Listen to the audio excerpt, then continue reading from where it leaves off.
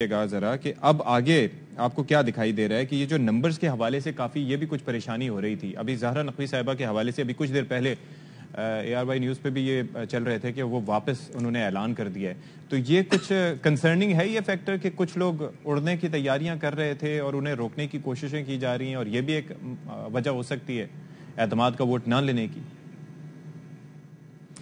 جی دیکھیں, پاکستان اور پنجاب کی عوام جانتے ہیں اور پورا پاکستان جانتا ہے کہ ایک زرداری سب پر بھاری ضمیر فروشی کے عمل کو بڑھانے والی جماعت کا سربراہ جو ہے وہ پنجاب کے اندر سرگرم ہے. انہوں نے نوٹوں کی بوریاں کھول کر عوامی نمائندوں کو دعوت دی ہے کہ میں آئین شکنی کرنا چاہتا ہوں, میں ضمیر فروشی کرنا چاہتا ہوں, آئیے اپنے ضمیر کا سودا کیجئے. لیکن پاکستان تحریک انصاف کے نمائندے اپنے لیڈر کی قیادت کے اندر متحد ہیں. پاکستان تحریک انصاف کے نمائندے نوٹوں کی سیاست کے عمل کو آگے نہیں بڑھانا چاہتے. لیکن تشویش کی بات ہے کہ الیکشن کمیشن آف پاکستان جو کہ مکمل طور پر جانبدار ہے اس سارے عمل کے اوپر بھی خاموش ہے. جس طرح سندھ ہاؤس کے اوپر ضمیروں کی منڈی لگانے کے اوپر خاموش تھے, پنجاب کے اندر بھی نوٹوں کی سیاست کے عمل کو آگے بڑھانے کے اوپر بھی خاموش ہیں. دوسری طرف پاکستان مسلم لیگ نواز ہے جنہوں نے بہت بڑے بڑے دعوے کیے, لیکن ارشاد بھٹی صاحب نے نشاندہی کی کہ ان کی عددی اکثریت تو یہ ہے کہ عدم اعتماد کی جو تحریک ہے وہ بھی واپس لے لی وزیر اعلیٰ پنجاب کے خلاف, اسپیکر کے خلاف.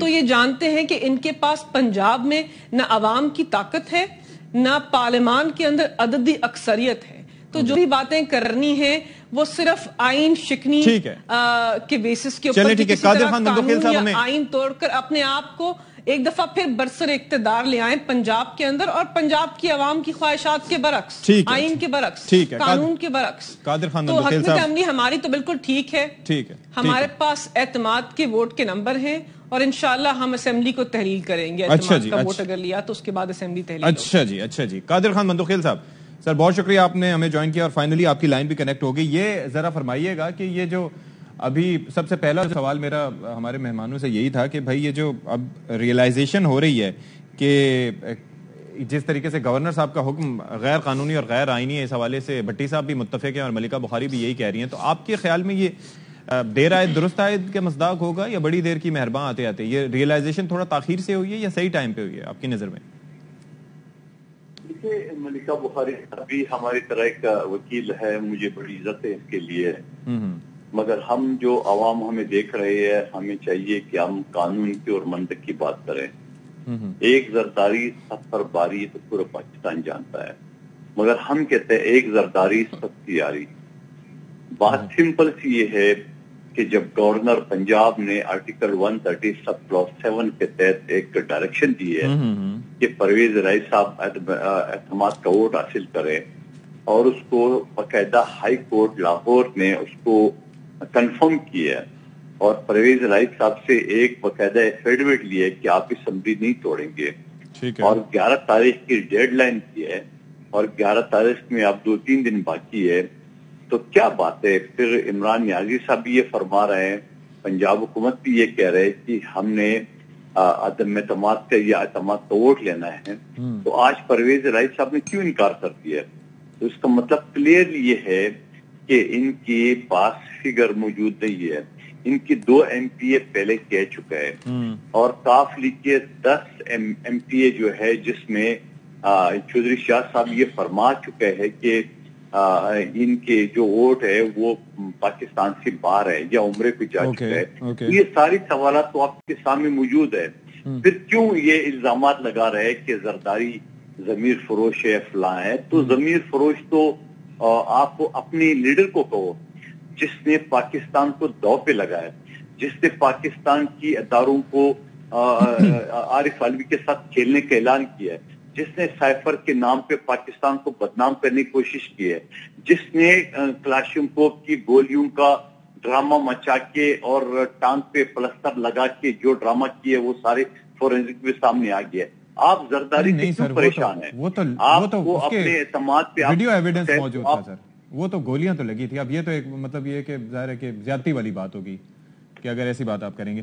اچھا مجھے تھوڑا سا قانونی ایک تھوڑی سی ریزننگ دیجئے گا کہ اگر یہ جیسے پرویز الہی صاحب انکار کر دیتے ہیں 11 تاریخ تک وہ اعتماد کا ووٹ نہیں لیتے, تو اس کے بعد لیگل پوزیشن کیا ہوگی؟ گورنر صاحب کی جو حکم نامہ ہوگا یا ان کی جانب سے جو اعتماد کا ووٹ لینے کا کہا گیا، کیا اس معاملے پہ پھر کورٹ میں جائیں گے یا کیا ہوگا اس کے بعد قانونی لحاظ؟ دیکھیے سمپل سا سوال ہے، گورنر نے آرٹیکل 130 سب کلاس 7 کے تحت جو ہے نا وہ اعتماد کا ووٹ کا حکم دیا ہے وزیر اعلیٰ کو، جو کہ وزیر اعظم کے پاس بھی ہے، تو وہ لے لے، اعتماد کا ووٹ لے لے، اگر ان کے پاس فگر موجود ہے تو وہ لے لے۔ ٹھیک ہے۔ اور پھر عمران نیازی صاحب آج بھی اپنی میٹنگ میں کہہ چکا ہے کہ عدم اعتماد کا ووٹ لینا چاہیے، اور لاہور ہائی کورٹ نے باقاعدہ ایفیڈویٹ لیے ہے پرویز الہی صاحب سے کہ آپ اسمبلی نہیں توڑیں گے، اعتماد کا ووٹ لیں گے۔ تو آج کیا بات ہے کہ پرویز الہی صاحب نے انکار کر دیا کہ میں اعتماد کا ووٹ نہیں لوں گا؟ اس کا مطلب کلیئر یہ ہے کہ ان کے پاس تو اسد عمر صاحب نے بھی کہا کہ ہماری مرضی ہے، کسی عدالت کے حکم کی ضرورت نہیں ہے۔ نہیں، مرضی نہیں چلتی ہے۔ اچھا، جب قانون ہے تو مرضی نہیں چلتی ہے۔ جب آپ کہہ چکے ہو کہ میرے پاس فگر موجود ہے تو آپ فگر شو کر دیں۔ اگر عمران نیازی صاحب کہہ چکے آج کے ان کو اعتماد کا ووٹ لینا چاہیے تو کہہ چکے ہیں، تو کیوں پھر ہائی کورٹ کا اور گورنر کا 130 سب کلاس 7 کے جو احکامات ہے اس پر عمل کر دیں۔ آپ کو اگر لگ رہے کہ آپ کے فگر موجود ہے اب پورا ہے تو آپ اعتماد لے لے، تو آپ دائیں بائیں کیوں کر رہے ہو؟ آپ لے لیں اعتماد کا ووٹ، مگر آپ نہیں لیں گے تو اس کے بعد آپ ہوں گے ڈسکوالیفائڈ، اس کے بعد ہوں گے آپ ڈس سیٹ، اور جس کا اسٹے آپ لے چکے ہو۔ آل رائٹ جی، تو چلیں ٹھیک ہے۔ ملکہ صاحبہ، یہ بڑا انٹرسٹنگ پوائنٹ انہوں نے دیا کہ آگے چل کے اگر ایسے کریں گے اور حکم نہیں مانیں گے تو پھر تو معاملہ ڈسکوالیفیکیشن تک جائے گا۔ آپ کی قانونی رائے کیا ہے اس معاملے پہ؟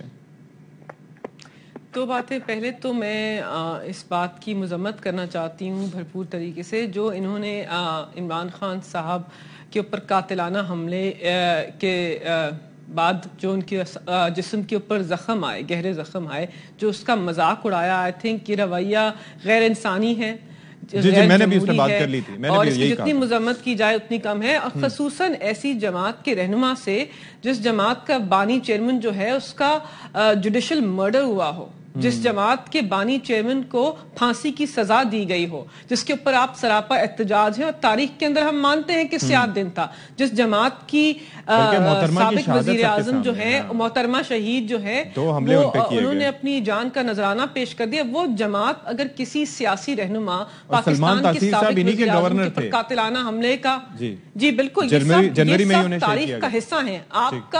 آپ کا مذاق اڑانا، آپ کا تضحیک آمیز رویہ، آپ کے جمہوری رویے اور آپ کے غیر انسانی رویے کا عکاس ہے، اور پاکستان کی پوری عوام نے آپ کی یہ گفتگو دیکھی ہے، تو آپ نے بتایا ہے کہ آپ کس قسم کی سیاست کے عمل کو آگے بڑھاتے ہیں۔ دیکھیں، دوسری بات یہ ہے کہ اس پہ قانونی رائے کیا ہے۔ ایک بات تو دوبارہ سے نشاندہی میں کر دوں کہ جو گورنر صاحب کا آرڈر تھا اس کو لاہور ہائی کورٹ نے سسپینڈ کیا ہے۔ وزیر اعلیٰ پنجاب کو ان کی نشست کے اوپر، ان کی سیٹ کے اوپر ریسٹور کیا ہے، اور جو کابینہ تھی اس کو بحال کیا ہے۔ تو اس سے یہی ظاہر ہوتا ہے کہ جو وہ آرڈر تھا اس کے اندر قانونی اور آئینی سخن تھا، جو اس کی بنیاد تھی وہ مضبوط نہیں تھی، اور ایسی کوئی چیزیں منظر عام پر نہیں آئی تھی، آئینی اور قانونی طور پر ایسا جواز پیدا نہیں ہوا تھا کہ گورنر پنجاب کو آئینی اختیار کو استعمال کرنا پڑتا، اور ہمارا یہی موقف ہے، اور ہمارے موقف کی لاہور ہائی کورٹ میں تائید ہوئی ہے۔ اس معاملے پہ ظاہر ہے کہ یہ آپ ایک موقف آپ کا ہے، ایک موقف ہے گورنر صاحب کا، تو اس معاملے پہ کورٹ ہی ڈیسائیڈ کرے گی نا کہ صحیح موقف کیا ہے، تو وہ جو بھی موقف دے گی، وہ حکم دے گی، وہ آپ قبول کریں گے نا، ایسا ہی ہوگا نا۔ دیکھیں، عدالت کے فیصلے کا احترام تو ہر پاکستانی شہری کے اوپر لازم ہے نا۔